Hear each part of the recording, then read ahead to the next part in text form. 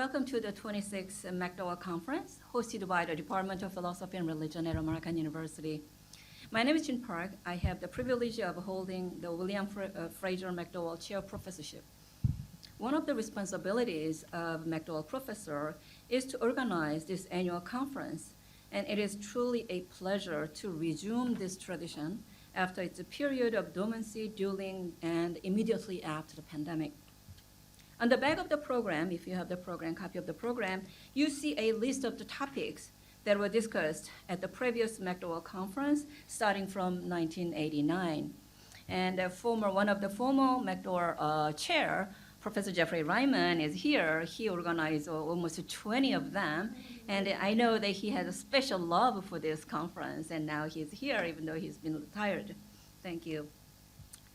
This year's conference addresses a topic that I believe occupies the minds of many people today, artificial intelligence.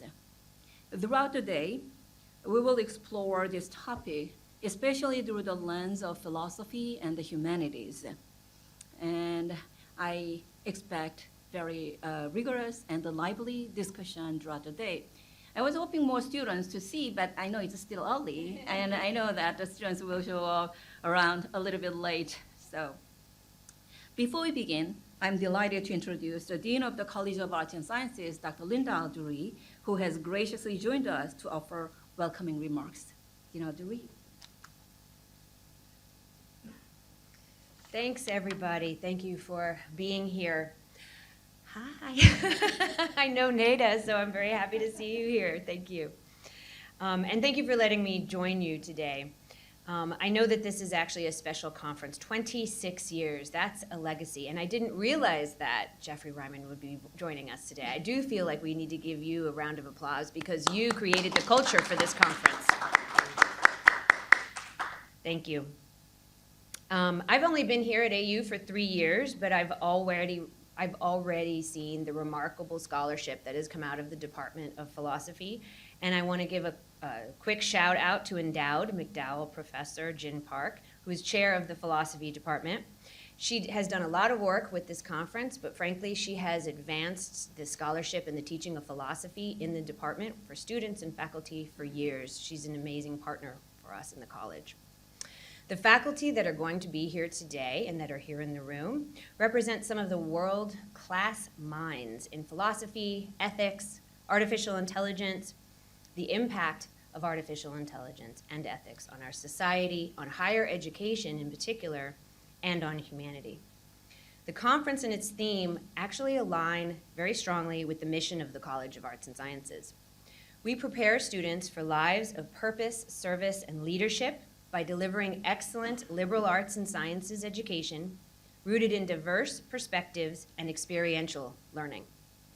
With over 60 undergraduate programs, 35 graduate programs, and with the mentorship of over 420 faculty in the humanities, arts, social sciences, and sciences, students graduate with a mastery of skills in critical thinking, problem solving, and they thrive as global citizens.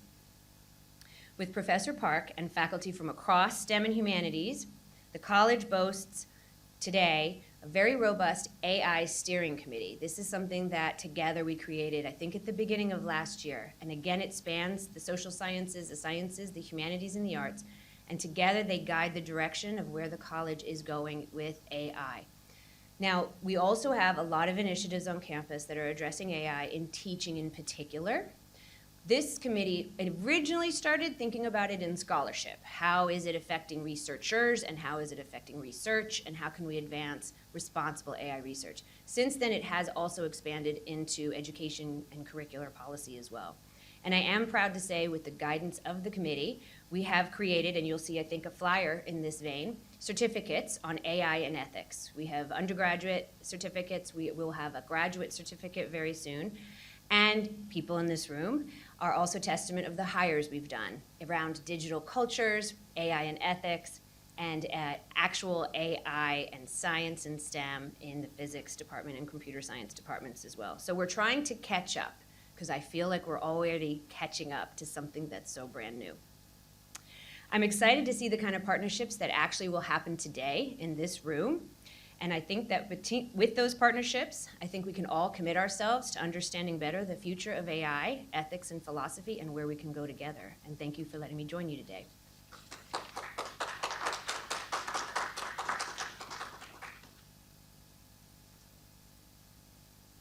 So we are a little bit not behind, ahead of schedule, but I will just give it like 3 to 4 minutes if you would like to fill the coffee or things like that, and then perhaps we can start with the first panel. Does it sound good? Okay. Good morning. Good morning. Thank you for being here. I'm Farhang Erfani from the Philosophy Department. We are going to go for 3 presentations in a row, each for about 20 minutes. Please write down your questions because we are going to do one large Q&A at the end of it, as opposed to just after each one. So it's my pleasure to start the process to restart the McDowell, to see Jeff Ryman back, and now our new chair. Our first speaker is Professor Brian Jordan Jefferson from University of Illinois, Urbana-Champaign. Could you please join us? Thank you.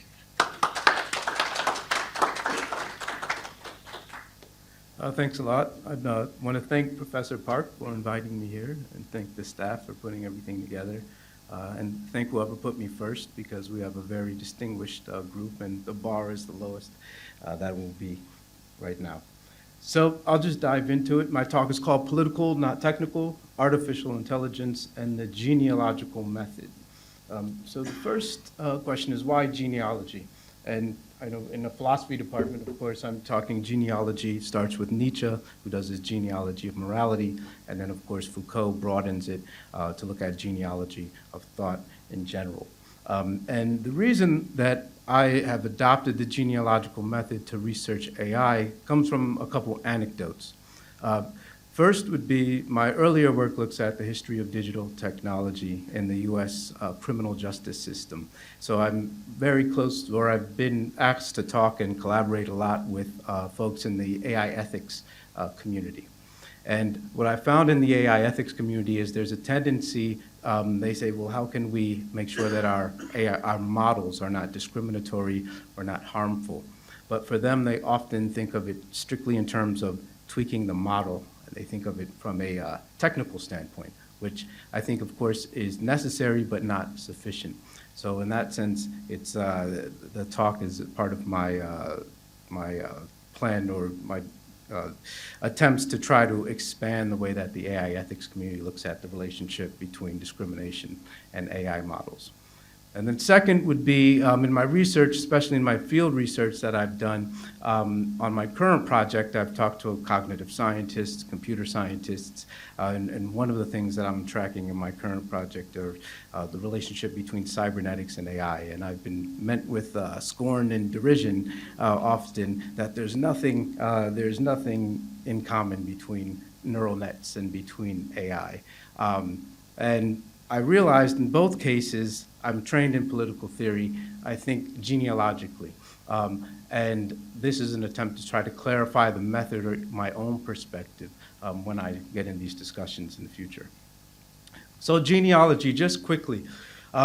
Just 3 characteristics of a genealogical study. First, it's the idea that the ideas that we're looking at are historical. They're not timeless or universal. There have been many definitions of intelligence before AI, and the assumption is there will be many after AI. That it's not a universal definition of intelligence. It's a definition that comes from a particular group of people, from particular disciplines, in a particular historical context. So this would be the Dartmouth conference in '56. Second is that ideas are not, they don't go towards consensus. They're not teleological, and there's often conflict. And I think of a great paper by Papert, who actually writes about the perceptron controversy. And he admits himself that funding, at the time ARPA funding, played a huge role in widening the chasm or the schism between the neural net community and the AI community. And then, of course, we know in the 80s neural nets come back. But the idea is here that the path by which AI becomes the hegemonic way of thinking about mechanizing intelligence is greatly influenced by DoD funding. Third, that concepts and ideas are impure, that they're not developed in hermetically sealed disciplines, that any of us who study AI can give examples off the top of how thermodynamics, cryptology, servo mechanical theory, etc., have all influenced what has come to be seen as artificial intelligence. So it's much more of a Frankenstein concept than it is a neat and tidy idea. And all of these different disciplines have influenced the definition of AI, and in response, AI, as we know, is influencing concepts in the disciplines from which it came from. So this idea of impurity to me is the most interesting for what I do, because if we look at the different fields that I've put up, they're all technical fields. So what my project is oriented to is looking at how non-technical fields have influenced the definition of AI. So I told a couple folks earlier, I'm from political theory, although I'm in geography, but I'm interested in how political thought, political theory, political philosophy, but also concepts and knowledge from the state have influenced the idea of artificial intelligence and how artificial intelligence is influencing the way we think about politics. So I'm looking at the recursion between it. So there are some precedents for this type of work. Lorraine Daston has done a great work on this.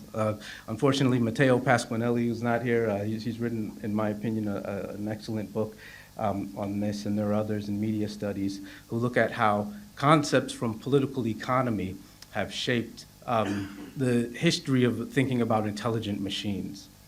So Lorraine Daston, she starts with Babbage's difference engine. And as we know, Charles Babbage, he was a philosopher of manufacture. And his calculating engine, his difference engine, he saw it as actually a proof of concept of Adam Smith's division of labor. So we know Adam Smith, of course, says if you want to maximize productivity, you specialize labor, you specialize the machines that the workers work with, and then you'll be much more productive rather than the artisanal method where you have one person building the entire pin in this case, but we can think any other material commodity. So for Babbage, his calculating engine was influenced by political economy. And one of the things that inspired him was Gaspard de Prony's logarithm project. So this would be the project where you have the mathematicians at the top who create the theoretical formula, the calculators who translate those formula into steps that workers who aren't necessarily trained in advanced mathematics can use in order to produce logarithmic tables. And for Babbage, this was also another proof of concept that the division of labor is the way that you can mechanize calculation, which of course influences later ideas in artificial intelligence. I would say you can also see this division of labor in von Neumann architecture. Now again, it's not saying it's the same exact thing as de Prony, it's not the same exact thing as Babbage, but we can, I think, easily see the way that the division of labor is reproduced in von Neumann architecture. So a purely technical description of von Neumann architecture, usually we would say, okay, we store the instructions and the data in the memory, okay? But if we take a step back, we can see those instructions go to a control unit, which are broken down and then sent to arithmetic and logical units to carry out calculations. So it's still, the point is the ghost of Adam Smith, the ghost of the division of labor is still at work in modern computing architecture. So those are on political economy. So and there are, as I said, a handful of studies I think that do awesome jobs that have influenced me. I'm interested in political thought generally. How has the reason of the state influenced the design of what we now call artificial intelligence? So I'll start with fire control systems. So David Mindel has a great book that I'm sure a lot of you know, Between Humans and Machines. And he goes back to naval fire control systems in World War II. And he essentially says if you look at the organizational scheme or model of fire control systems, that set the precedent for all control engineering or all control engineers are to some extent reproducing that model. So in the fire control system, you have perception. This is the Navy. So imagine someone with a telescope of sorts who's looking for an enemy vessel, a plane or a ship. He relays information about the enemy vessel, its course, its speed, its altitude, etc., its type, to a plotting room. And the plotting room integrates that information with information about the vessel that they're on, their own ship, their course, the type of ordnance they have, the trajectory of the ordnance. And after integrating the information, they send it to the gunman to move the gun, articulation. So perception, plotting, and articulation, a three-part model, is in many ways foundational in control engineering. So if we go to World War II, we know with Norbert Wiener's AA predictor model, he has a similar, he's working on fire control systems as well. The man with the telescope is replaced by a radar, and for Wiener et al., that's the input. The information is sent down to the middle to analog and electromechanical computers, again, to integrate the data. In his language, that would be the control phase, and then information is sent from the control phase now to a servo-mechanically controlled gun output. So input, control, sometimes you can call control processing, or you can call it integration, and output. Again, this is a very important model that goes beyond trying to shoot down enemy vessels. Of course, with the AA predictor model, we know Arturo Rosenbluth, who worked on it, who was a neurophysiologist. He says, well, wait a second, that's the way that organisms look. We have inputs, sensory receptors, nerve endings. The brain, the cerebral cortex, integrates this information, and then it sends signals to either motor neurons, to glands and muscles for a movement. And in many ways, this is one of the insights or ideas that become core to cybernetics.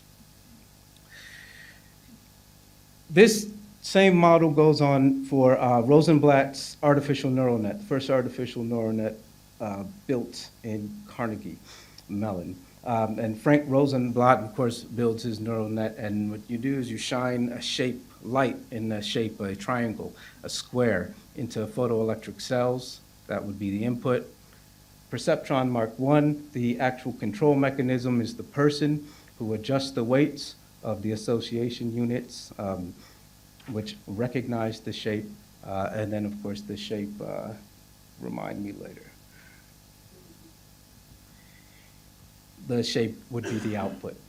So again, the idea is that the model has nothing to do necessarily, logically, with intelligence. It's historically related, and it gets naturalized over time. That would be the genealogical argument. Now, we see the model also in AI. Now, we know John McCarthy did not accept the input-output model. I'm aware of that. But if you go to the 1956 conference, you do see Marvin Minsky and Nathaniel Rochester. They both, in their proposals at the conference in trying to define what AI, invoke the input-output model. For Minsky, the difference between him and the perceptron is he thought that in the processing or control phase, it should be working with abstractions, unlike the neural net. And Rochester's proposal actually is very close to an artificial neural net because he wanted to randomize the rules by which associations were made.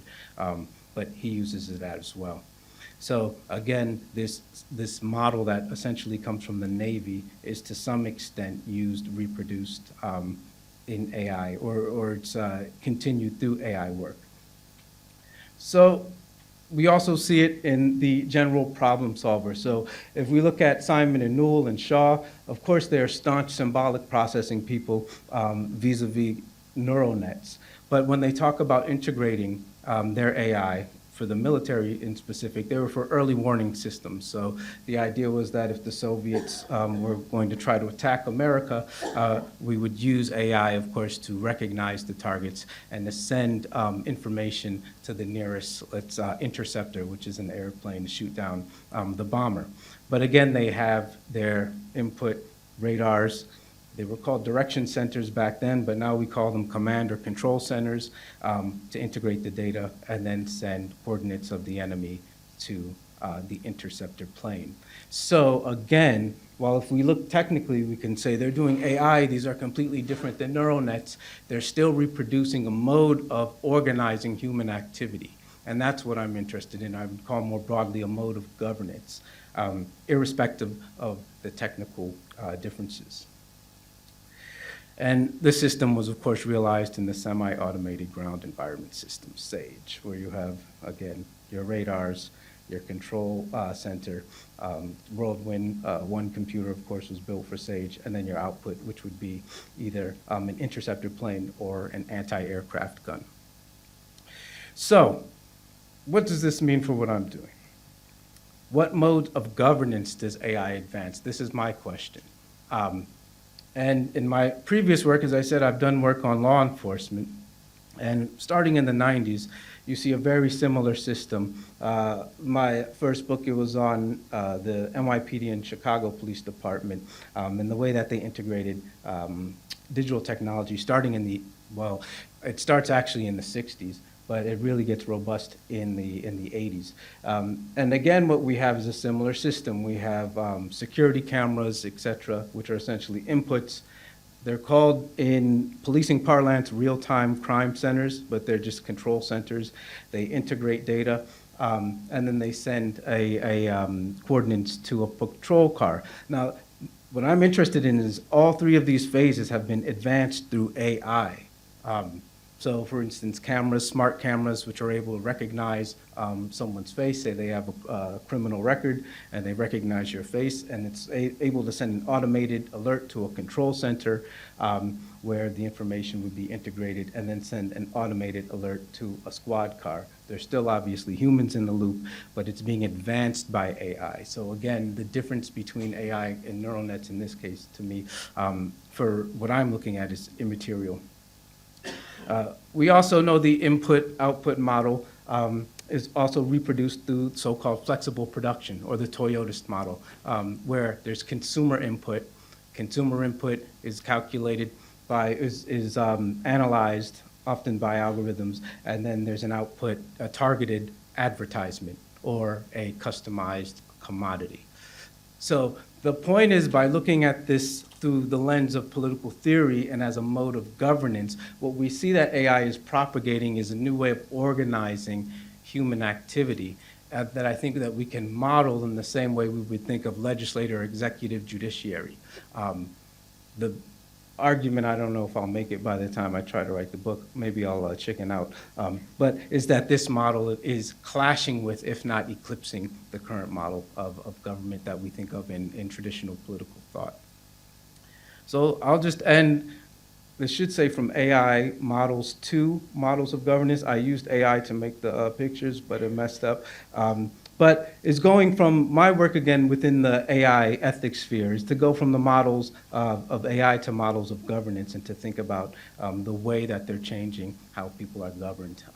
And that's what I mean by political, not technical. Thank you.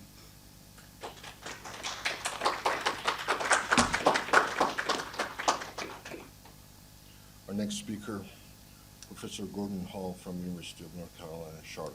Please join us. Thank you.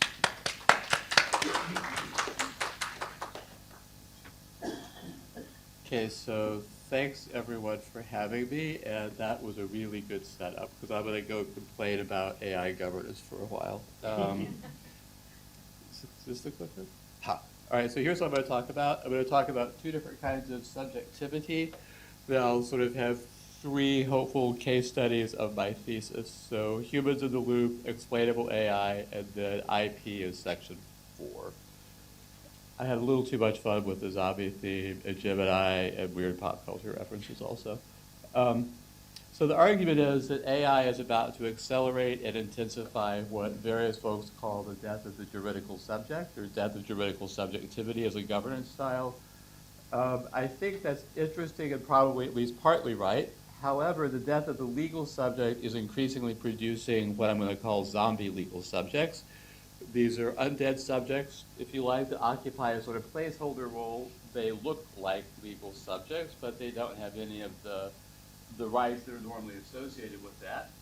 Instead, they exist as placeholders, and their goal is to absorb liability for when the system goes wrong. So hopefully the cases go in order of how sure I am that I'm right. So autonomous vehicles will be first, then XAI, and then IP. All right, so really quickly on subjectivity, there's, if you like, two different models of governance or subjectivity, ways that you might face the state. These are the two of them done badly, so juridical as Fred Scott. This is from spurious correlation. The number of septic tank servicers and sewer pipe cleaners in Alabama correlates with electricity generation in Antarctica. So those are the two governance models done wrong. But generally following Foucault, I want to distinguish juridical power and biopower, or juridical governance and biopolitical governance. I don't want to spend too long on that because this is a philosophy audience, but basically on the left-hand column, so power is repressive, it's top-down, you end up with juridical rights, tort law, classic social contract theory on the one hand. That's what I mean by the juridical legal subject. On the other hand, if you want to think of examples of this, think about the regulatory state. So the Food and Drug Administration, for example, right? The enabling legislation for that, or when it first got real teeth, was in the 40s, I think. But there had basically been a bunch of bad medicine out there. Like kids were dying from medicine that had been adulterated, so they passed laws to purify medicine. That also governs people, but it's a very different way of doing it. You're looking at the population, you're trying to make the population more robust, more healthy. You do that through administrative procedures and public health. That ends up with a subject of regulation or a data subject. So all you need now is that there's two sort of very different ways of approaching things, right? There's a legal subject that has tort law and contracts, and there's a data subject who is this sort of targeted population level regulation. There is a more technical version, which I don't think I want to get into very much, but a juridical subject is someone who can win an Article III standing case in a U.S. federal court. They will have to show harm to their legal interests, but those legal interests have to be drawn from common law and not from statistical risk. There's a really interesting literature on this, and the Supreme Court is getting weirder and weirder about it. And the U.S. does not create legal interests in the same way Europe does. So we can talk about this in Q&A, but if there's anybody who wants to get into the weeds on the law, there is a fairly precise story that kind of detaches itself from Foucault. All right. AI, I'm going to argue, involves both, right? There's both a juridical framework in which AI operates, everything from the sort of enabling contract law to the way that these firms are regulated, California's Privacy Act, or they're trying to comply with the GDPR. So there's juridical law, but there's also a bunch of sort of biopolitical regulation. And the argument will be that when you combine those two in the same kind of conceptual space for AI, you end up with zombie legal subjects who have all liability and no power. All right, so the theory is right or wrong, entirely based upon the case studies. So here's the first one. Gemini has gotten a lot better, by the way. So I told it to draw the zombie driving, and then I said, put a kangaroo in it. And voila, a kangaroo. So the kangaroo is actually very intentionally there because it turns out that automated vehicles, of course, they're primarily vision recognition systems, right? And the task of being a car's vision recognition system is one of the hardest ones you can imagine because all kinds of stuff can show up in front of the car that it has to recognize. And so there's a paper that talks about how when Volvo was developing theirs, they trained it in Australia, and they trained it on kangaroos. And kangaroos apparently behave really, really randomly as well. So they trained the car in Australia on kangaroos. Do you train the American car on a kangaroo? Well, you would think not, but there's like 50 incidents. There's like a database of incidents where kangaroos escaped from zoos and showed up on the road. Right? So this is really hard if you're trying to get your image recognition system going. And they make mistakes. Right? So everybody knows AI screws up. So it hallucinates. That's when ChatGPT makes up all the sources that your students cite in their essays. It misrecognizes things. So It's a famous example where it could not tell a Chihuahua from a blueberry muffin because there's like 3 dark dots and a kind of fuzzy looking thing. This admittedly is a somewhat older one. But like, or you could like modify a few pixels here and there, the person can't see it, but the AI just melts down, right? So AI screws up. And so people say, well, we should have a person supervise it, which helps us avoid mistakes, right? And this is the so-called human-in-the-loop legislation. Lots and lots of systems require this. It's a really trendy thing in Europe in particular. And the person operates at various levels. But the risk, and this is, I'm picking up a couple of different papers, this Elish and then Krutov, et cetera, argue that the human in the loop doesn't actually control the system. They just end up having liability for when one of these inevitable mistakes happens. So autonomous vehicles, what you gotta know is they're not really autonomous, right? They're a very, very complicated social technical system. The humans are involved kind of everywhere. They don't just design the algorithm or set the network up. They also are micro workers, all those mechanical turkers, or when you fill out the CAPTCHA, right? It says to complete your registration, please tell us whether or not this image contains a stop sign. Answer quickly, our self-driving car is almost at the intersection. That is, when the CAPTCHA says, click all the dots to have a motorcycle in it, that is in fact what you're doing, is training an AI vision recognition system. So there are people involved with that part, and of course there's the driver who's supposed to control the vehicle. Driver doesn't know what this system is doing and how it's processing. That makes it a little bit hard to be in charge of it. What's supposed to happen is the driver is supposed to take charge, and this Ganesh paper is really, really good. She sort of outlines all the different ways that this goes or doesn't go. The driver is supposed to take charge if there's a problem. This is what Karen Levy in her trucking book calls baton passing. So the idea is that the car sees a kangaroo in the road, it's, I don't know what a kangaroo is, and the driver is alerted to take care of the situation. The problem is that doesn't work. Karen cites, there's a 2015-ish study that the federal government did that says that the person can't react fast enough. If you're kind of clocked out supervising the autonomous vehicle and it hands off control to you, it might take you like 17 seconds before you're totally able to control the vehicle and are situationally aware. That's not how it's going to work. So Rafaela Vasquez was an Uber. She was she was in a self-driving Uber car, and I think it's like 5 years ago now. The car did not recognize a cyclist that was not in a crosswalk. This is a classic case of overfitting, right? So it saw a bunch of pictures of pedestrians and cyclists. They were all in crosswalks, and so presumably the vehicle learned to recognize a crosswalk as a constitutive part of a cyclist.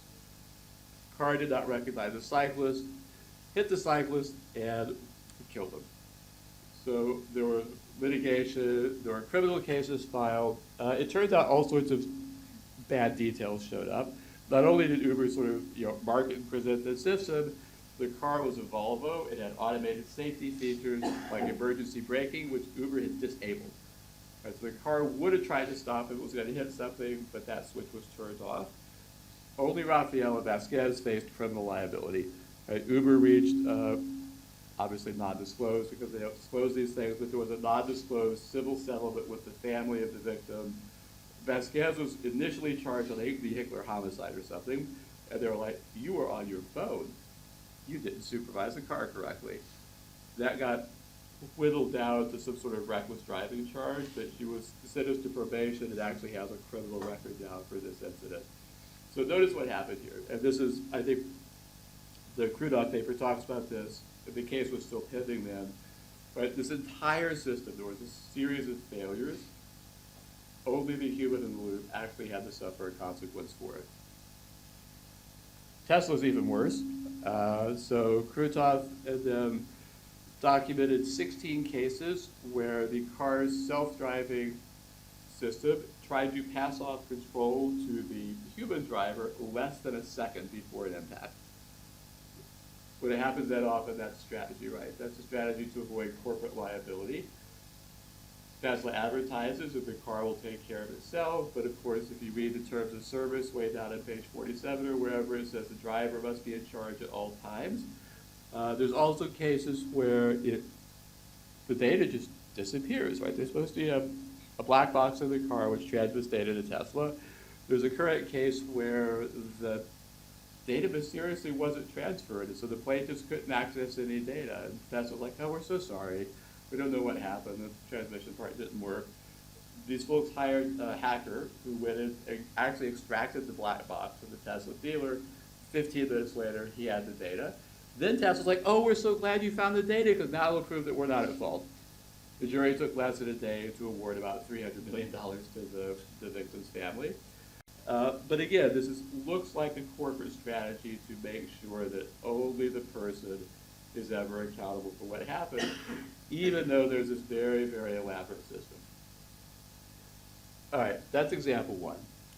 So, explainable AI, what's really going on here?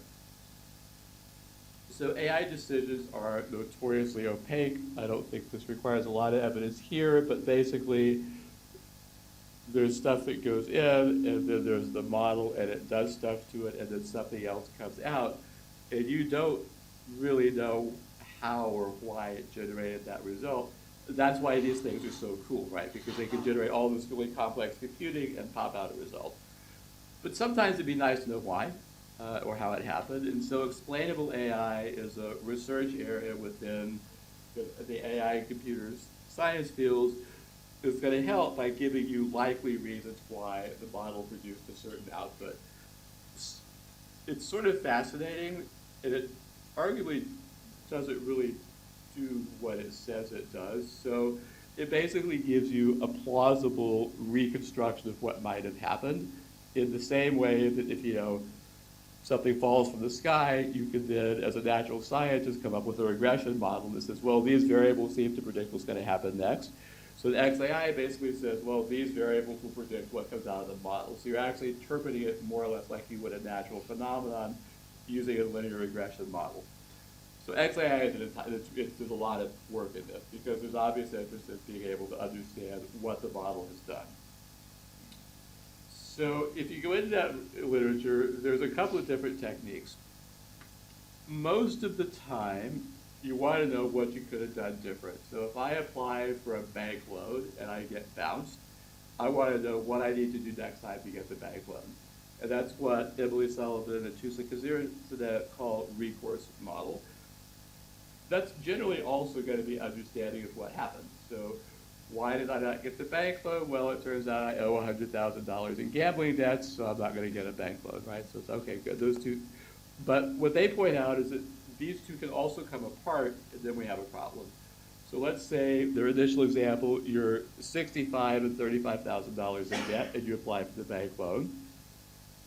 Your age is probably the main reason you didn't get it. But the thing that you could fix is your debt. So the XAI says, well, you should pay off your debt. Right? So these two things can come apart. Then they construct, I love analytic philosophy examples, apartment fire. So there is an apartment fire. It's rendered uninhabitable. And the fire inspector comes out and says the real problem is bad wiring, right? Not up to code, sparks, and then the whole place burned. But and so that's the understanding explanation. The recourse explanation is when the landlord says, well, if you hadn't put all those flammable books and furniture against the wall and instead put fountains on the wall, then your apartment would not have burned. Which is probably true, but it wasn't what we're looking for.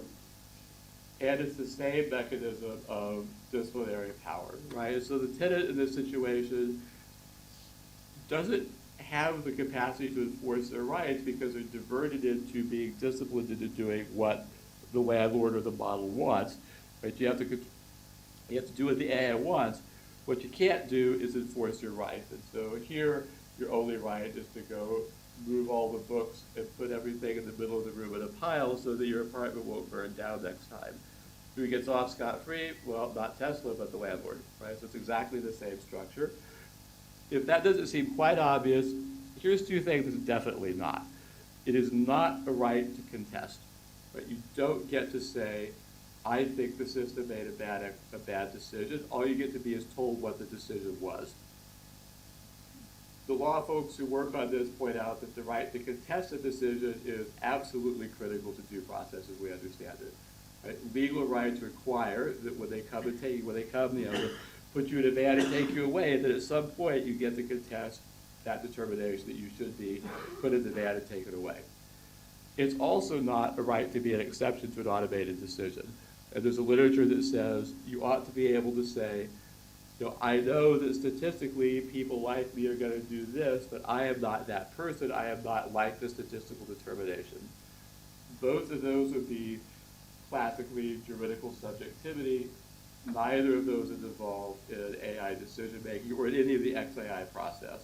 So I think here again, there's a risk that when you sort of juxtapose the two systems, the legal part is only there to make sure that the person can be blamed when something goes wrong.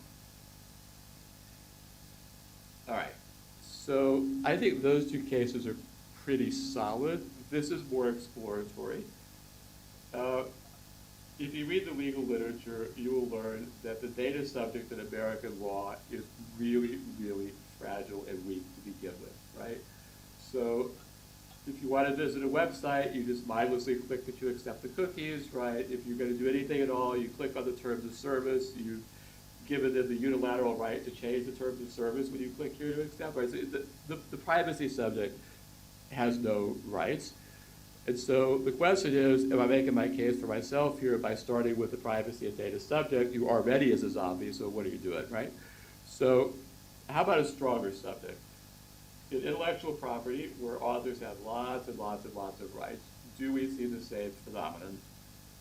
So everybody knows that authors get more and more rights. The entirety of the IP literature says that.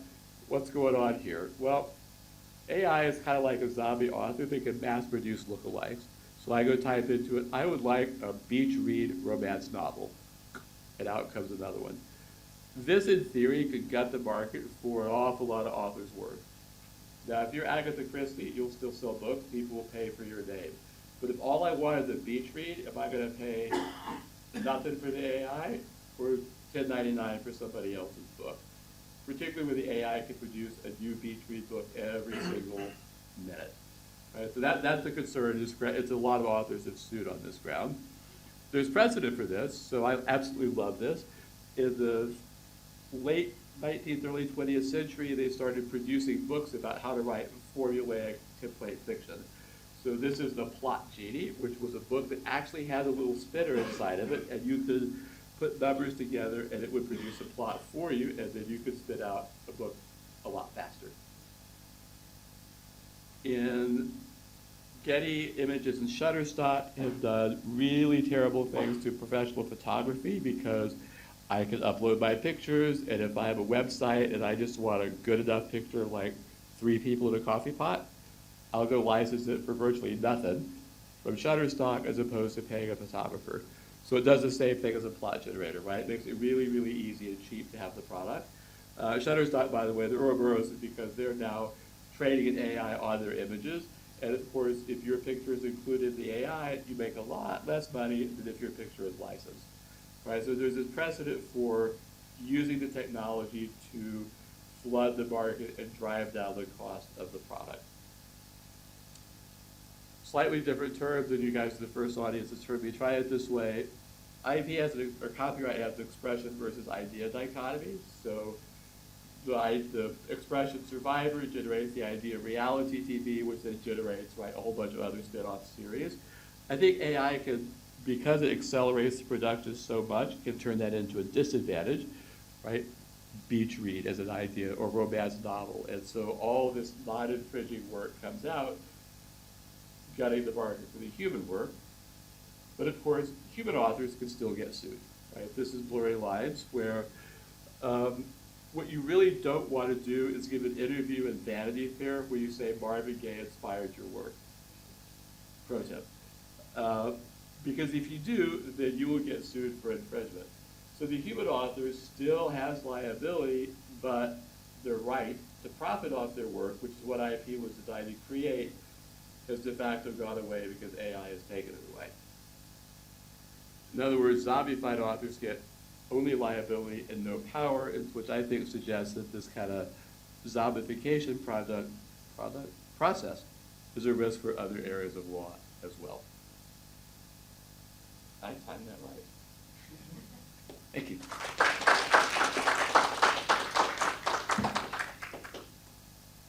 Thank you so much. Our next speaker with home court advantage is our very own Leigh Johnson.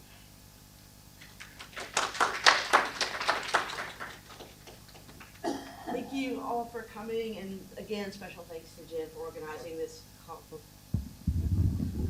Special thanks to Jen for organizing this conference, and our departmental assistant, Therese, the the unseen hero of this. So pat her on the back before you leave today.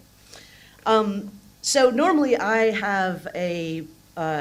give talks with PowerPoints as well, but I'm so glad I didn't today after just watching those pictures go by. So I'm going to stick kind of close to the text today, and I'm going to be talking about two or three of my favorite things: artificial intelligence, Jacques Derrida, and ethics. I wasn't able to work in bourbon and blues music into this, but if you want to talk about those at other times, I will. Okay. Remember the good old days. Seriously, take a moment, pause, and try to recall something specific about them. Maybe it's the smell of your grandmother's kitchen, the laughter after a late night with college friends, or the feel of your first pet's fur. If you're a Marcel Proust, it's the taste of a Madeleine cake dipped in tea. That's a nod to Proust's In Search of Lost Time, and no worries if you haven't read it to cover. Almost no one has. The Proustian Madeleine has since become a kind of literary shorthand for the very powerful affective force of memory, and more specifically for the very powerful feelings of nostalgia that memories inspire. In the first volume of In Search of Lost Time, the narrator, who I'll call Proust since it's obviously Proust, takes a bite of a tea-soaked Madeleine and is carried back to Sundays with his Aunt Leone in Cambrai. Proust stages this seemingly innocuous sensory input as opening the floodgates of the narrator's memory, which results in 3 more volumes of nostalgic account of how memories both linger and persevere. As Proust writes, memories, quote, remain poised with us a long time, like souls, ready to remind us, waiting and hoping for their moment amid the ruins of all the rest. Not only do our memories reanimate the things remembered and bring them to something resembling a living presence, but they also animate us, the one remembering, through the affective powers of nostalgia. Like resurrected souls, resurrected memories haunt us. Now, the term nostalgia, if you don't know, was first coined by Johannes Hofer in a 1688 Basel medical dissertation, but it comes from, it's a sort of Latin rendering of the German Heimweh, homesickness, built from Greek nostos, homecoming, and algos, or pain. And later in the 18th and 19th century, nostalgia circulated through military medicine and nosology, eventually disappearing as a standalone diagnosis before then reappearing in modern social science as an affective cognitive stance rather than a disease. But the conventional understanding of it has remained mostly unchanged. It's a painful longing to return home, to something that one knows or remembers, to something secure and true. Just a couple of years ago, I had a student in my office who was talking to me about the intense nostalgia they felt for the 1990s. They mentioned the absence of social media, the free-range childhood, less corporate and police surveillance, and they even pointed to particular music and fashion trends or particular artifacts like the Walkman, the rotary phone, the old phone book. And this student was speaking to me as if these belonged to their memorial archive, to a lost home to which they longed to return. This student was born in 2006. So, in other words, nostalgia isn't what it used to be. And that is the focus not only of my paper today, but a larger work that I'm working on, which is titled Algorithmic Nostalgia, which I won't give away all the secrets of here. But today I want to address 3 problems often grouped as Gen AI's memory issues, specifically hallucinations, catastrophic forgetting, and algorithmic bias, because I think each show how AI systems select, compress, and restage traces from an archive so that their outputs feel to us like the sort of thing that we already take to be true. That is to say, they feel like nostalgic memories. These AI-generated Proustian Madeleines, I argue, are not merely technical glitches or sociological epiphenomena. They actually tell us something about how we misunderstand the relationship between memory and its archive, both human and machine, the archive from which memories are drawn. So in sum, my argument today is twofold. A, that we cannot rid ourselves of AI's so-called memory problems through technical fixes any more than we could rid ourselves of human memory problems through therapy or drugs. And B, to understand how and why that is the case requires deeply re-examining our understanding of memory and the archives in which memories are not stored for us, but rather haunt us. So I'm going to try to show you that both machine and human memories are more like ghosts than files. They haunt us in ways that are resistant to any simple strategy of retention or deletion. So part one, AI's memory problems. AI's memory problems now sit at the center of AI ethics. Policy frameworks such as the EU's GDPR enshrine the so-called right to be forgotten, permitting individuals to demand deletion from corporate and state databases. And technically, researchers try to balance deletion and retention. Catastrophic forgetting describes models that overwrite prior knowledge when trained on new tasks. Hallucinations name outputs that invent missing parts so that responses appear authoritative without verifiable reference. Popular commentary says that AI remembers too much, too selectively, or too badly, but what unites all these framings is a presupposition that memory is a matter of presence or absence. Something's either there or it's not there in the archive. But a deconstructive reading of memory and archives complicates this. Philosophers, and I should also note here the overwhelming consensus of neuroscientists and psychologists, agree that memory is never simple retrieval. It's a dynamic activity.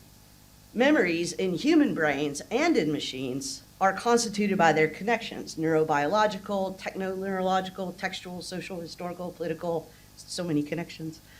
Traces that were never fully present and persist only insofar as they are repeated, reinscribed, and transformed within systems of signs and codes.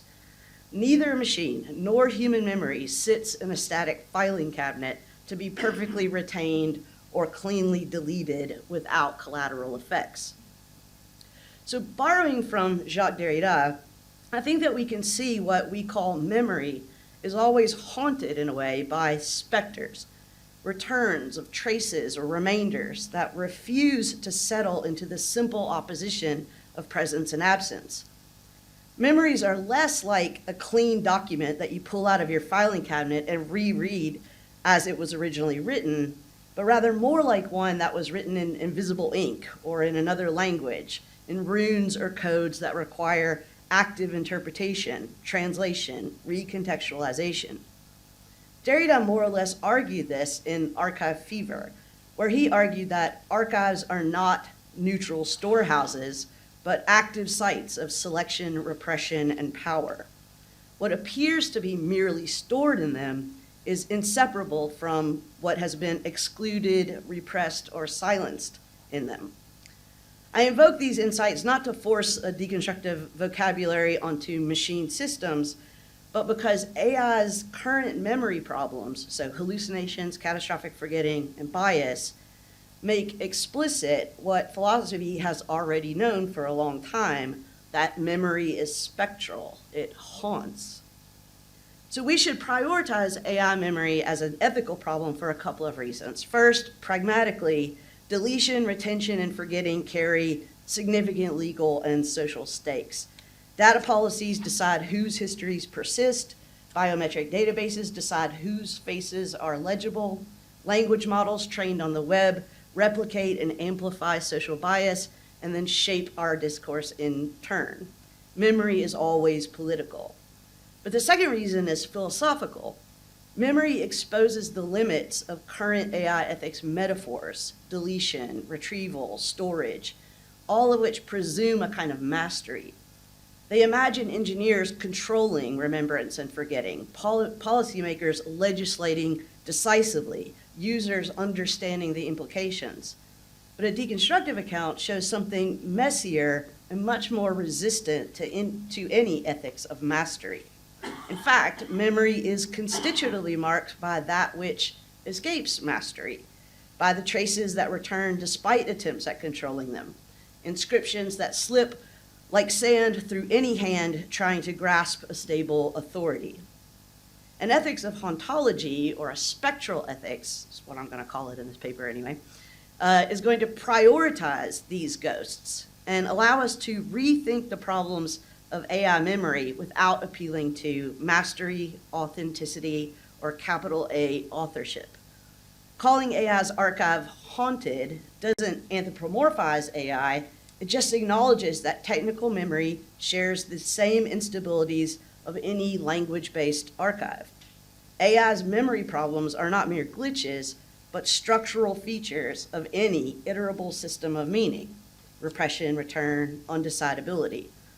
That is to say, all the so-called memory problems attending generative AI are forms of the unavoidable spectral return inherent to every archive of recordable, memorizable, and communicable meaning.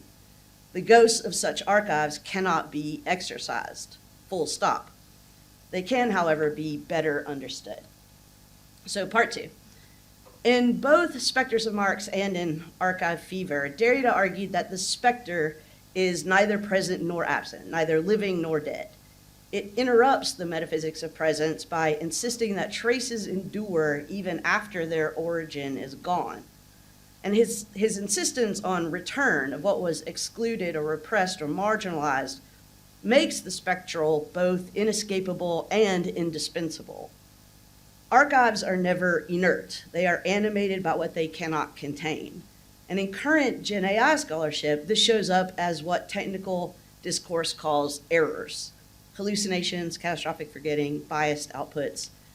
But they are not simple mistakes. They are spectral returns, exposing how repression in the archive generates meaning, generates knowledge, and generates ghosts or hauntings.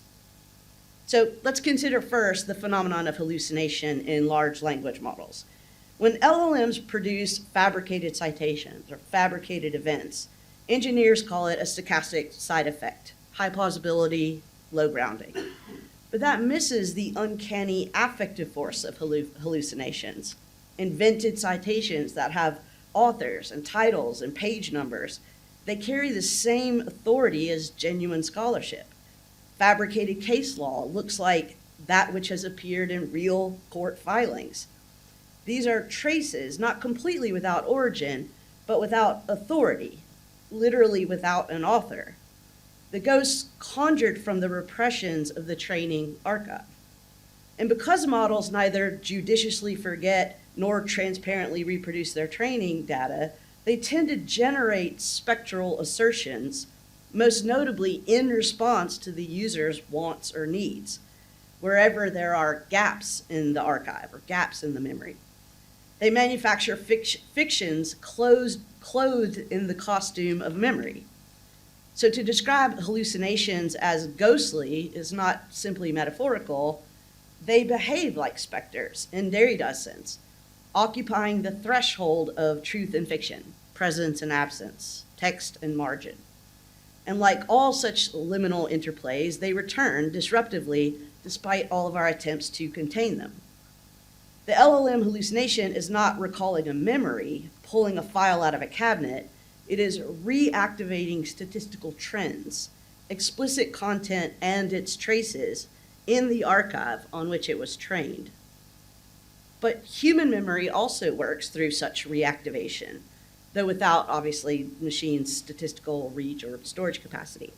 We draw from the contextual margins of our memorial archives to reconstruct stories that make sense to us in our present moment. Similarly, each instance of an AI-generated fabricated case or citation is the model reaching into the margins to supply meaning where none immediately presented itself. And that is evidence of what I want to call a spectral return. Where engineers see an error, A spectral view sees the irreducibility of this repression in every archive. Absent data, silenced voices, fragmented sources, the oppositional traces that haunt the official record. Similarly, when AI models are retrained, they often overwrite previous representations, which effectively erases their earlier knowledge. So a system that is updated to improve translation in one language sometimes loses accuracy in another. An image recognition model fine-tuned on new categories, as we just saw in Gordon's presentation, may suddenly fail to recognize older ones. Engineers call this catastrophic forgetting because it undermines the ideal of cumulative learning. But forgetting is not a failure external to the archive. It is intrinsic to the archival process itself. To consign new traces to an archive always involves the repression of others. When you write, what you exclude in the margins makes your essay readable. In AI hallucinations, the excluded returns as if it were a part of the text, as if the margins were erased and every side thought amplified. But in catastrophic forgetting, the opposite happens. The margins are deleted, and so the document loses its frame, or the memory loses its frame, even though that absence still works on it. And I'm sure we all know this, but machine deleting is not the same as human forgetting. Once deleted, that content is irretrievable. So in this way, AI hallucinations, I think, exemplify the persistent spectral presence of AI's memory archive, and catastrophic forgetting illustrates its spectral absence. But neither phenomenon escapes the archive's tendency towards spectral returns. In AI's memory, like Freud's account of the human unconscious, the repressed resurfaces obliquely in slips, gaps, substitutions, imaginations, or failures to generate coherent, meaningful, context-relevant responses. AI memory, like human memory, is structured by traces that remain even in their absence, not because AI memory is identical to human memory, but because all archive-based meaning systems are structured by the same governing phenomena. Any iterable system of meaning, any system worth remembering or archiving or reproducing in a machine intelligence with superhuman memory capacity will inevitably be haunted by constitutively necessary and irreducible specters, ghosts. The most ethically charged example of AI's memory problems, as I'm sure we're all aware, can be seen in algorithmic bias. And Timnit Gebru, Joy Buolamwini, Sophia Noble, and Ruha Benjamin, which, by the way, if Marvel ever wanted to make a movie of those four women, that would be a movie I would go see. They're my Avengers. But as all of them have demonstrated, AI systems reproduce racist, gendered, and colonial equities because their training archives were saturated with those histories. Hypersexualized image results for Black women, or misidentification of darker-skinned faces are not glitches. They are ghosts of the archive, of the structural injustice returning in its authoritative form.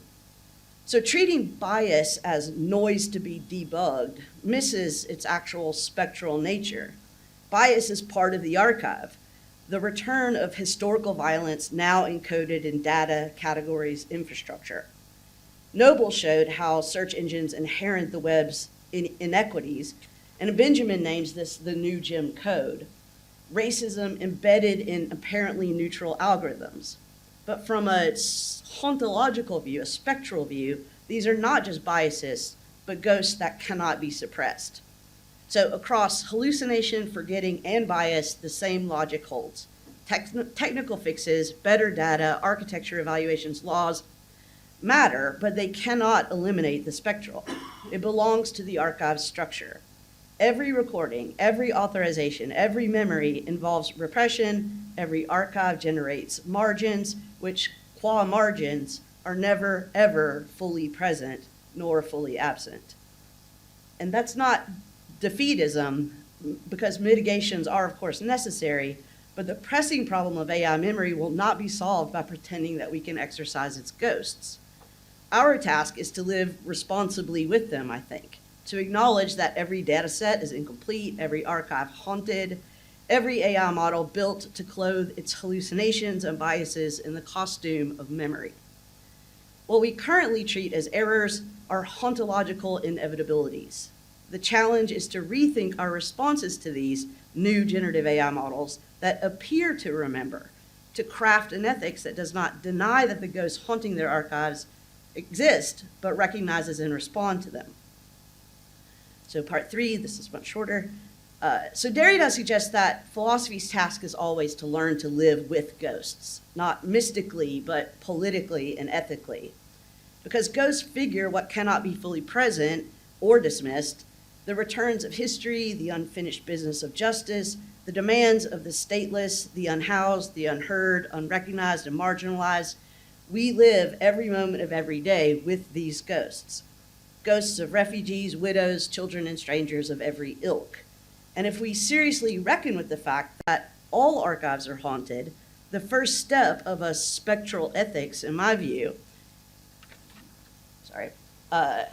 is that every Gen AI model is going to inherit that haunting. So our responsibility is to commit ourselves to proactively carving out a space for voices that we have trained AI to marginalize, which means first, not rejecting AI outright in some kind of Luddite last stand, insisting on pre-internet sense of privacy or the right to be forgotten, and B, recommitting ourselves to the centuries-old, long, slow, tedious exercise of archival work. Only this time with a clear-eyed understanding of what it means to do archival work in the 21st century, critically, accountably, justly. Contemporary AI ethics often assumes that we can engineer problems out of existence, fix hallucinations, mitigate forgetting, purify bias, but that presumes an ideal archive without ghosts. But those aspirations are philosophically naive, risking renewed exclusions in the name of neutrality. Memory is always an ethically dangerous terrain, and it cannot be conquered or mastered. So a spectral ethical approach to AI's memory problems has to begin elsewhere. Hallucination, forgetting, and bias are structural effects of how AI systems, like all systems, remember, and incompleteness, repression, and historical echoes will be inevitable. So the task is not to engineer or legislate a perfect model of which ghosts are to be retained perfectly and which ghosts are to be deleted permanently, but rather to cultivate a hospitable and responsible engagement with these ghosts. So responding ethically to hallucinations might mean something like contextualizing them, asking what absence or repression the hallucination signals, and equipping users to recognize their spectral characters. Responding to forgetting means designing models for the visibility of what has been overwritten, so erasures can be accountable. Responding to bias means foregrounding the histories that haunt the archives and refusing the fiction that technical fixes can wash them away. Practically, a spectral AI ethics would have to demand transparency, not about the archive's contents, but about its constitutive incompleteness. Designers and researchers should surface this rather than hide behind neutrality, and dataset documentation and model cards can name limitations and exclusions. Participatory design could include those most likely to be harmed. The point is not a ghost-free archive, but a hospitable approach to the ghosts that are there. We should also reframe how we think about accountability. Standard AI ethical frameworks assume clear causal chains, but hauntings resist that linearity. And a hallucination rarely maps to a single datum. A bias often reflects centuries of inequality. Spectral accountability widens that frame. Corporations have to acknowledge their historical and structural conditions in their archive, and policymakers are going to have to resist simple mandates in favor of regulations attentive to the persistence and reproduction of these injustices. The politics of this ethical approach is especially acute in corporate contexts, as we all know, when OpenAI or Google or Meta promise to reduce hallucinations or eliminate bias. They cast themselves as exorcists. And a haunt. Whoa. Whoa, that was creepy. Whoa. Yeah, okay. So wrapping up, so in conclusion, critics may object that this approach, my approach, sounds defeatist. If ghosts are inescapable, we're doomed, but I don't think that we are. The goal is not to prevent harm once and for all, but to cultivate vigilance, responsiveness, and justice to these new AI hauntings. In a world increasingly shaped by haunted machines, to borrow Derrida's phrase, we have to learn to live with the ghosts, not by denying their existence, but by welcoming their demands for appearance with vigilance and accountability. Thank you.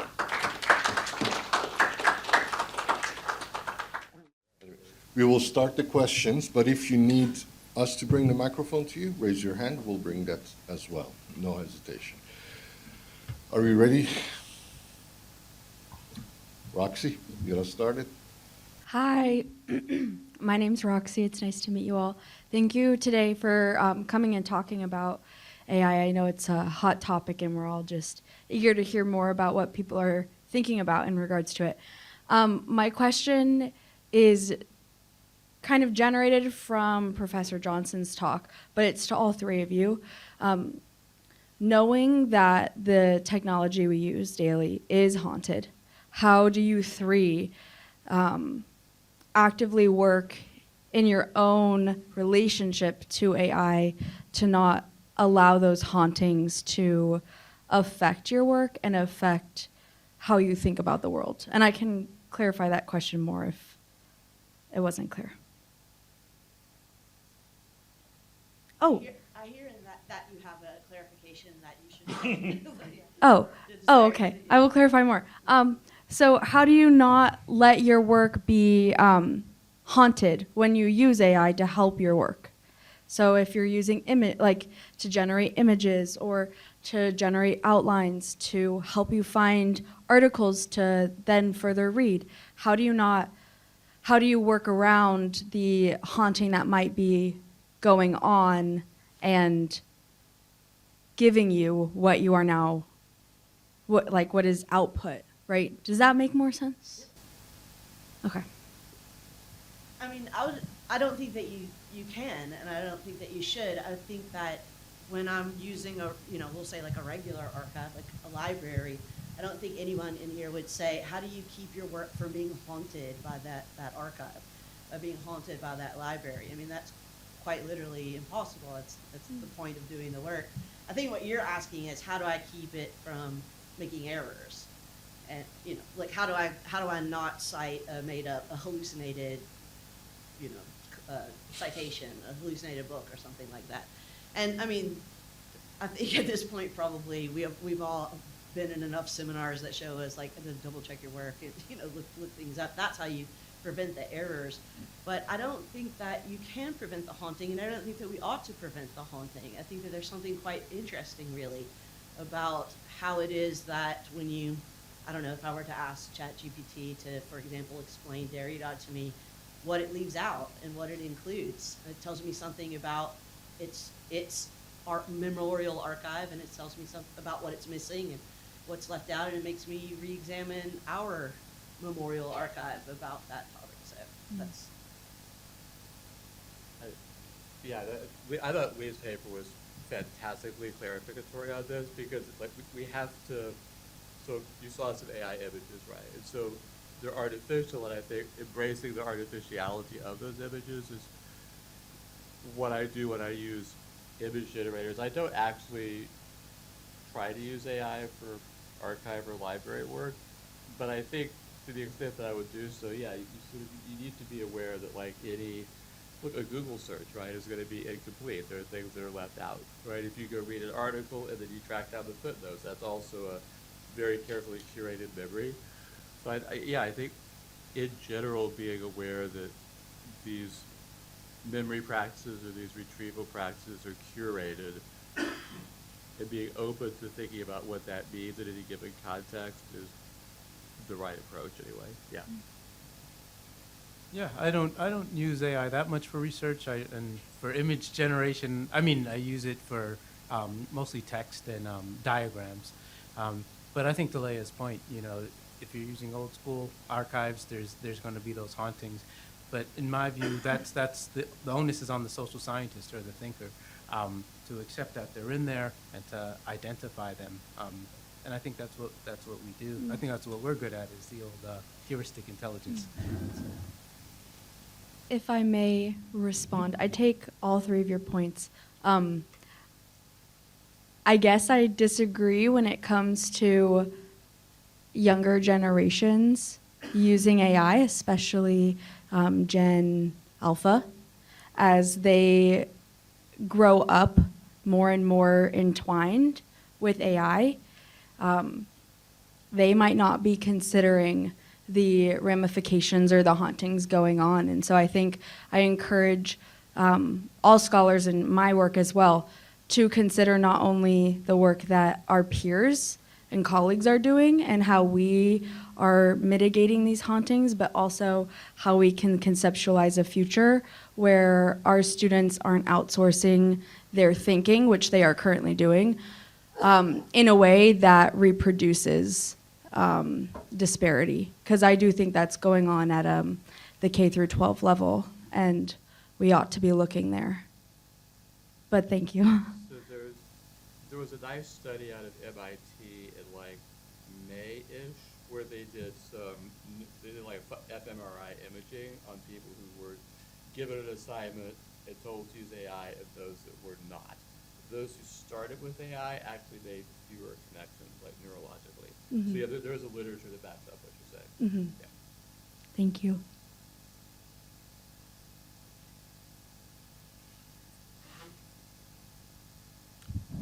Next question. Anyone?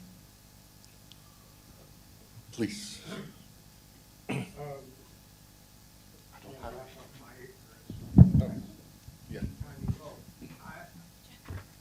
Thank you very much. I guess I could use a kind of example from start to finish. That's to say, you're dealing with a text, and you're trying to accommodate this haunting aspect. What would that look like, and what does the result look like? You follow what I'm saying? I mean, I get it. I mean, I understand, you know, the words always suggest a little more, and they reflect a particular history and so forth, but it would help me to just sort of go step by step. You take some text, you're going to and analyze it.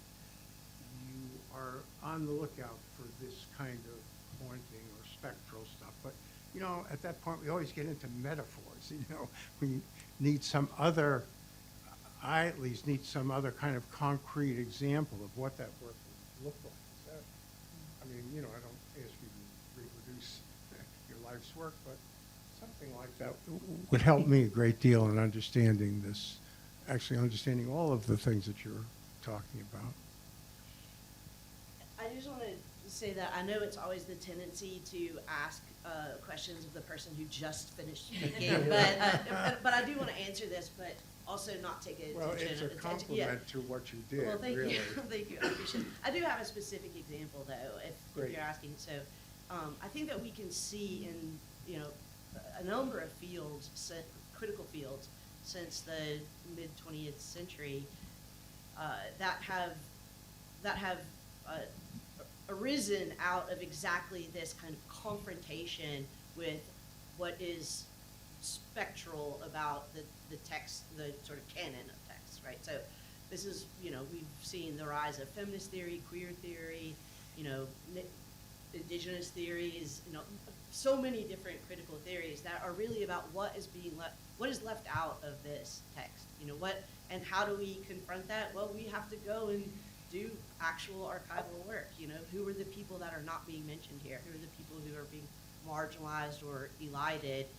Or the alternative, you know, what part of this argument is actually a hallucination, is actually imagining a world from what the author thinks is a shared world, but hallucinating an account of it, an account that sort of seems authoritative or true, but may not be. I think that this is what, you know, critical reading is, and this is what I think we all try to teach our subjects, is how to engage with text in this way. So I don't know if that's a concrete Well, enough example. You know, for you. you said you had an example. I'd like to hear that example. Is that, Okay, so specifically, when I'm teaching my students, when we're reading The Republic by Plato, we'd say, he doesn't really have a lot to say about women, and it seems like the things that he does say about women are a little kind of hand waving or whatever. Let's go and look at what were the role of women in ancient Greece? What were the role of citizens and non-citizens in ancient Greece? Why is philosophy figured in this particular way, in this particular model? And I think that is sort of recognizing, again, what's been elided, what's been left out, and also what is appearing maybe as a kind of hallucinatory projection of the author's view of the world. So I can see in your face that you don't think that's specific either. So you can do this with data sets too. You can treat the data set as an archive to see how it's constructed. So there's some nice work in computer science. Alex Hanna is on top of a lot of this. She's done some stuff, or Abeba Birhay, where they go in and say there's actually a paper called How We've Taught Data Sets to Understand Race, right? So where you go in and see what's included and what's not. Or you could, Birhay had a paper, there's one of the sort of main corpora used to train language models and image recognition turns out to overrepresent military text, patents, and pornography. So that's interesting. And they were disturbed because they had to see all the images. But that's archival work on, so if we're going to take language models or generative AI as producing cultural memories or significant culture, we need to go back and see what's in the archive and how it was constructed. but I mean, I'm struck by the fact that in this part of the discussion where I know you're trying to answer my question, you're not using the terms of the discussion. You're not talking about specters or ghosts or haunting. You know, you're talking, well, we know they mistreated women, they excluded women, and you study that and look at how's that represented in the text. Right? I didn't need Derrida to do that. I mean, we already did, well, it might. He did. Well, of course. He's haunting this exchange between us right now. Well, probably is, but I'd like to get a handle on the haunting part. Mhm. You know, how does that figure in this? Do we find that in the text, or is that something we bring with it because we have a theoretical framework, or a political framework, or something like that? Do we really find that in the haunting of the language, of the specters that are sort of on the edge and not quite identified? Something like that? I think this is a really interesting question, and just out of respect to my co-panelists, I would love to talk with you about it over lunch. Just so that there are. I obviously need all the help I can get. Thank you, Dr. Ragni. Dr. Walter Park, please. Thank you.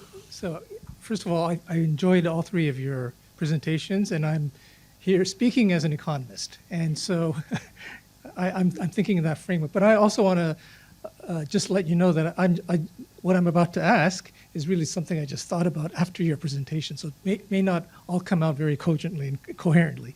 But I like to emphasize the word artificial, and I'm building on your last presentation about ghosts and hauntings. And I want to think of two universes. One is our universe, our real world, and then the virtual environment, the artificial society that we humans created. But at some point, while we've been controlling it and feeding it, but now it's developing its endogenously, developed ideas. And so maybe one day the two universes could diverge.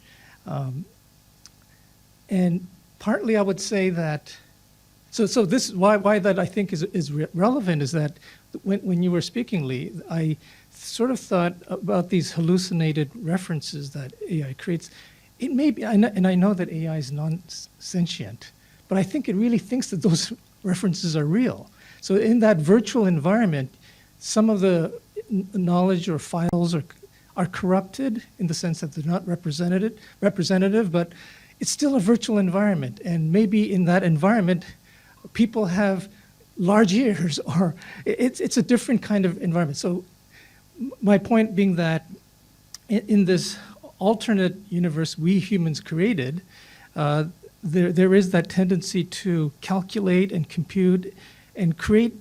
They're not errors. I agree with you in that sense. They're not errors, but it really thinks it is, and partly I would trace back and in a way blame some of us designers for that kind of virtual environment. For example, in science and economics, we often simplify models to answer a question. Otherwise, if we start with the real world as a whole, then you might as well do the experiment in the real world as a whole. But so, for example, a good example is all physicists know that the world is round. But when I want to study the physics of tennis, I don't need to assume a round world. It might be easier to do all the calculations on a flat surface. So that's just one example. And if you throw lots of these models that physicists and economists put into AI, then that could be part of the reason why that virtual artificial society is not fully representative. Well said.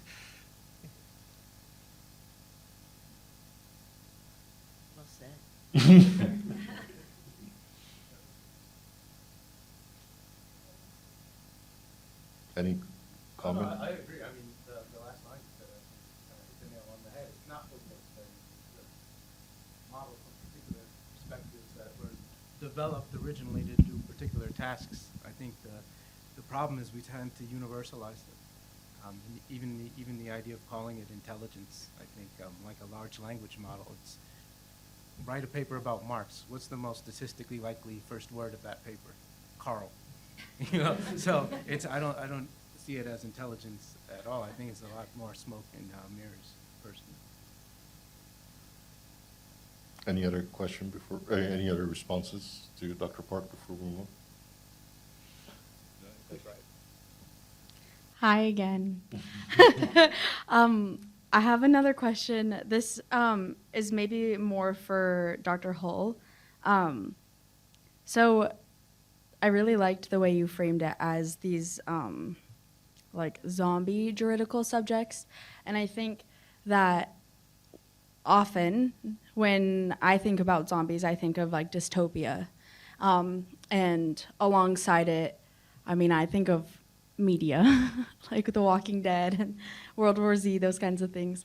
And when I see those images in my head, I see also environmental impacts. And I'm really interested, and I think this, Jefferson, I'd be interested to hear what your thoughts as well are to this, because it's the political. But how are you thinking about the environmental impacts that AI has and our complacency to that when we are these zombies, right? If we are, actually, I don't want to go on more. I want to hear your thoughts. Thank you. So, yeah, the zombie metaphor is doing a lot of work for me, and that's part of the work is that we're kind of eating our brains or sleepwalking into this. I had actually not thought about it as post-apocalyptic in the environmental sense, so I think it's really interesting that you picked up on that idea. I think the environmental impact of this is going to be absolutely catastrophic, right? They're building, data centers are going to consume more electricity than entire cities in Louisiana. They think it's going to consume by 2030 as much electricity as the entire country of Japan. So part of me hopes that it's a hype bubble for that reason, that we would actually get to that kind of consumption. I don't know how that works, right? You cannot get a gas turbine online in the time frame that they think they're going to have it online to fuel the data centers. But yeah, I have nothing to say, except I think it's going to be really bad. Yeah. Do you think that this like dystopic end of world framing, calling like using zombie juridical subject, kind of puts the fear in the future? Because we do think of dystopic, or I think when I think of dystopian worlds, I think future and not present. And I'm wondering how you think temporally about this when we're seeing the impacts already and disparately. So because I had not, so I hadn't thought about this in Of course, terms yeah. of the future post-apocalyptic. So this is purely sort of a legal regulatory construction in my head. So the images did that extra work for me from the archive, right? They were Gemini images. I think, the environmental, I think I resist viewing the ongoing environmental crisis as a future apocalypse. I think it's going to be a series of changes. We're not going to get to uninhabitable Earth. We're going to have a series of things that get worse and worse and different. So I don't intend to create that effect because I do think greater attention to the energy consumption now would be a really good idea. The tech companies are trying very, very hard to distract us from that. So if I inadvertently drew attention to it, that's good. Wonderful. Thank you. Since I brought up Marx, I would say, if we look at this critique of the market, right, and how we think of the commodity, but we don't think of where the metal came from, or where the copper and the wires came from. We do this, the idea that you abstract and you begin with the finished product. Maybe raw materials, but you're not going, when we talk about computers, we're not generally talking about coltan mining in Central Africa. We're not talking about lithium mining in South America. We start with the because we're approaching it as users generally, I think scholars, and leaving out the producers. And I think, this idea that it's abstract and virtual, with all due respect, can veer us away from thinking about its, dare I say, material basis. And so I think one way of not falling in that trap is not only engaging these as users, which is understandable because that's how most of us probably in this room engage it, but expanding it to think about, how do you build a computer? How do you build a computer network in the first place? And that already has environmental and disparate environmental impacts. So yeah, I agree with you. It's another thing I think with the environment is to not think, what is the William Gibson line? The future's here, it's just not evenly distributed. Yeah. So that dystopia this dystopia is here, it's just not evenly distributed, I think. Yeah. Thank you. Thank you very much. Hi, everyone. Thank you so much for being here today. My name's JJ. I'm just going to, just so it helps me, I'm nervous asking a question, so just bear with me as I get there. Before joining the philosophy MA program here, I was a political scientist and a linguist. So I'm coming from it at a different perspective when approaching AI, because also AI is something new to me in my studies here at AU.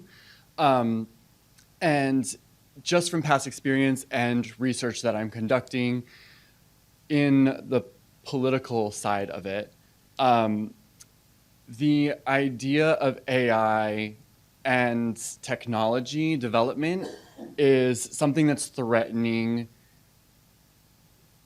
identity and individuality around the world, not just here in other countries. There are cases where technology is being utilized to suppress or to extract information on these individuals for both capital and for political gain. And so in looking at how these AI technologies are being designed or how they're founded, right now I'm currently reading Matteo Pasqualini's book. So that one has definitely put me on like a new path of really seeing like a historical element to AI and my studies. And so one of the things I've been looking at, which is popular in political and international debate right now, is this idea of a human right to the digital forgettability of individuals' identities so that it's not being collected and algorithms are being built off of biases. Would this be something that you think would help with this kind of specter idea that was approached with today, where we're seeing algorithms and technology being built off data sets that may have this historical element of like racism, sexism, like, or would it be something that would just further, in your opinion, would it just further perpetuate those in technological development? I know that's a pretty loaded question. Sorry. That was an excellent question, JJ.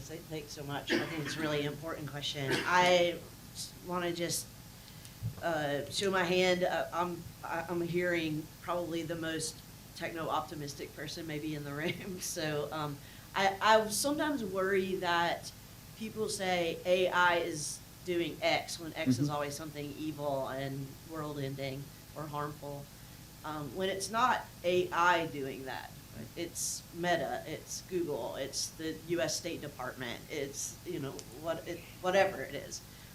And like many tools, it can be used well or used poorly. I think the problems that you're pointing to, specific problems that you're pointing to, that are about surveillance and the way that surveillance amplifies or you know, speeds up in many ways otherwise existent inequalities in the world, whether they're economic, political, or whatever.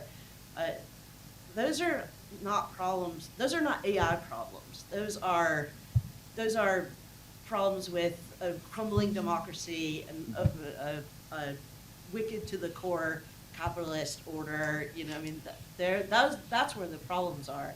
So, you know, maybe I would ask you back. You know, if you could imagine a society in which AI would not be harmful, and it seems to me, I would suspect that you probably can, but AI would be the same. It's the structure of the society that you're imagining that would be different. So I suppose my answer would just be that, you know, I feel like we have to just be more precise about where we're pointing our fingers when we're pointing at wrongs. Sometimes when I hear people say, you know, AI is doing this, AI is doing that, AI is doing that, it sounds a lot to me like the way Trump talks about tariffs. It's like if I just keep repeating that other people are paying us tariffs, then you won't know that, like, the American citizenry you're paying for this, right? So yeah, I don't want to amplify that voice that AI is the problem. I don't think it is. I will say, so this will not surprise you given everything else I've said. Sort of cranky Marxist Foucauldian that I am, the answer is no, an individual right like that won't help. But I think there are reasons specific to how these systems work, right? It doesn't actually matter if you're in it or not. As long as it knows anything about you at all or people like you, the efforts will be applied to you. So my worry with exclusion rights or the right to not be a part of the data set is that it's palliative. We're going to think we get a lot more out of that than we do. And so the place to study this is EU because they'll generate all sorts of legal rights that you can then try to enforce.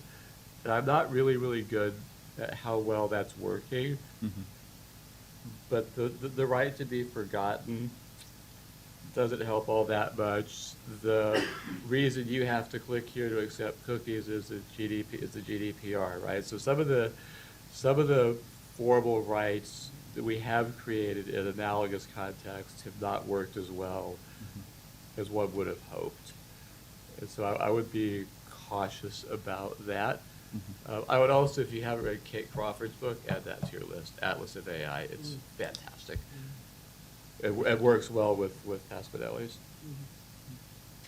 Yeah, I agree a lot with the idea that first, policy, I think, this is in my work, in looking at how technology is using in policing. And my point is you can change the model, you can do whatever you want, change the data structure, but if the policy is the same, if you mobilize, you know, military to deal with drugs in DC, but you mobilize medicine to deal with opiate addictions in the Midwest America, it has nothing to do with the technology. It's the policy and the choice of how we approach certain social problems. I would say, though, I found a spiritual mate, I think, in Gordon as a cranky Foucauldian Marxist. But I would say, going back to the question of the environment, though, I don't know. I do think that because the way that we produce it, the way we manufacture, whatever we want to call AI is, that seems to me harmful, just as industrialization seems to me harmful to the environment. So I don't, so I'm skeptical of separating the technology from the society that builds it and that mass produces it. I don't think you can just separate the two out. They're developed for profit.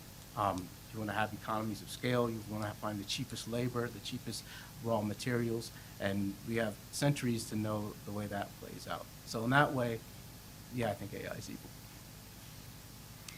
Thank you so much. Hi, I'm Audrey. My question is to all three of you, but it comes from Derrida because Jacques Derrida is also one of my favorite things. So I'm thinking about his concept of the beast and the sovereign, which is essentially that modern political orders necessarily have to create exceptions to maintain their order. And he has the two figures of the beast, which is like the untouchable, like exile, refugee, and the sovereign, which is like the oligarch, Trump. And also the figure of the divine sort of works in there too as another like interchangeable with those two, which is like the sacred, the spiritual forces that we repeatedly return to. I think nostalgia in your sense might work with that. So I'm thinking, would each of you say that the thrust of your arguments might work with that, or how are the things that you're thinking about and the developments of the past 5 years with AI change that structure or work with it or align it or diverge from it? I would like to yield all my time to Brian, because one of the things I really liked about your paper was that this frame that you were using, it's like, what kind of a politic is AI building? What kind of a state is it forwarding? So you can have all my answer time. I haven't read Derrida in 20 years, so I can't speak to Derrida. But I think in terms of, this is the question. I think we have these mix of different governances. So we have the legacy of democracy. We have oligarchy, authoritarianism, fascism. You have all of these different sort of concepts thrown into the mix, and I think maybe the question is, how do you steer the use of AI towards one of those models? But yeah, I don't think there's a pure political system. I think they're always hybrid, and they can go, different directions. So again, I think it's how are we using it, and what policies are we using it to capture people, or to heal people, or would be what I would look at. Yeah, I don't have a lot to add there. I know some Derrida. I've had this hunch for a while that Derrida is going to be very helpful for understanding generative AI. I've sort of circled around limited ink and the earlier Platonism writings, so the early 70s, late 60s. So I haven't thought about it in terms of the sovereignty question. It's really hard to know about questions of exception in the context of AI, because it's really easy to construct an argument that says, this will help solidify authoritarian political control, right? Because there's these giant systems that only a state or a corporation which is subservient to the state are large enough to use, and it can be used for surveillance, et cetera, right? So that sort of fits and it can be used in place of law, so now it's a sort of exception in the sort of Schmittian sense of the word.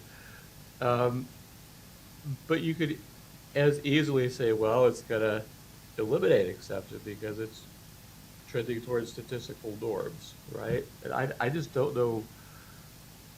I don't know where that goes yet. But I think he's right that we need to be super careful and contextually sensitive in thinking about that. Yeah. Please. Just to sort of follow up, maybe I can just speak loud. Yeah. In your talk, you were talking about these frameworks of governance, okay? But then when we come back to this discussion, the issue is, what's the governance used for? Okay, so and whatever was used, we'd use that same system. I mean, you know, you got input, and you have to process the data, and then you have output. I mean, it's hard to even think of how you could avoid doing some of that, to do the good things that you're talking about. So that, in other words, the problem isn't then in that governance structure as such, but, you know, that the schmucks are running the place rather than the good guys, right? Yeah, oh no, I agree. I totally agree. I guess my point is that I think within political writing, I think we're using the wrong models to try to some extent, we're using obsolete models or less important models to try to make sense of the political present. So I think if we use the models actually of engineers, I mean, that's what my broader project is that if we want to understand fully the political system, oh, sorry. Yeah, is that this is the model that helps us decipher or make sense of what's happening, yeah. So I wasn't saying that it was necessarily bad, but I'm saying that I think if we're saying, there's a great, Wendy Brown has, maybe some of you have read, Undoing the Demos, where she says the stealth revolution of neoliberalism was there's no more concept of the demos. We tend, in the US, we see ourselves as individuals, entrepreneurs. And so if we look at Biden, if we look at Harris, Trump, you know, Trump's a threat to democracy. If you don't have a liberal arts degree, does that really have any traction? Right? So maybe using those tropes and maybe using those models are not as politically efficacious as if we were invoking models that we're intuitively feeling input, processing, output, and that we all can, I think, easily see examples in our everyday life. If we shift discourse that way, can create a different politics that I think might. It's always going to be that structural input, process, output,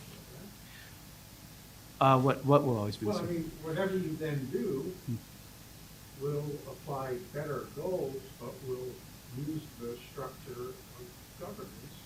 So I mean, it's Sure, the sure. Oh, structure of sure. governance as such that's pushing us that way. It's just that's the shape of the tool. It could have a different shape. Sure, but I think we need to understand the tool first, and then maybe we say this isn't the best model, or maybe we say it is. That I'll be agnostic on. But the point of my project is to say that I think we should look at the political through this lens. So if we say, like Foucault, okay, what happens when we look at politics through the panopticon? You know, you get a different view. So is it good, is it bad? Well, he would say it's bad, of course. But I'm just saying if we look at politics through this model, we can change political discourse and perhaps political organizing. Because maybe the old methods, who knows, maybe they're not as Will you be efficacious. changing at the level of the input, process, output, or will you just be changing what you look for in the output? That, I would not say one person could, should respond to that. I think that has to be a collective decision. Yeah. I mean, I don't have any alternative model, but I'm saying in order to critique or assess whether how doomed we are or whether how much hope we have, I think we need to confront or look at politics from the model that's essentially created by engineers, because I think their concepts have reconstituted the political. It's a genealogy. Is it good? Is it bad? I just want to know how it works. And that might not be the most satisfying, but I want to understand how it works. But is there a final question? Is there an alternative to input, process, output? Is there a different way of putting it out? Yeah, legislator, executive, separations of power. That actually, the three components of the model are supposed to repel one another, rather than reinforce one another. So, yeah, there are other models. Politically, yes. Yeah, there are other models. But I'm saying the input-output model doesn't care about democracy, as we've talked about. You can use it for authoritarianism. Hypothetically, you could use it for democratization. But, yeah. But, yeah. Thank you very much. We are just at the end of time for now. Everybody here is invited to join us for lunch at Hughes Formal. We will have a student lead us, but before that, let me thank the panel. Thank you so much. Join me in applause.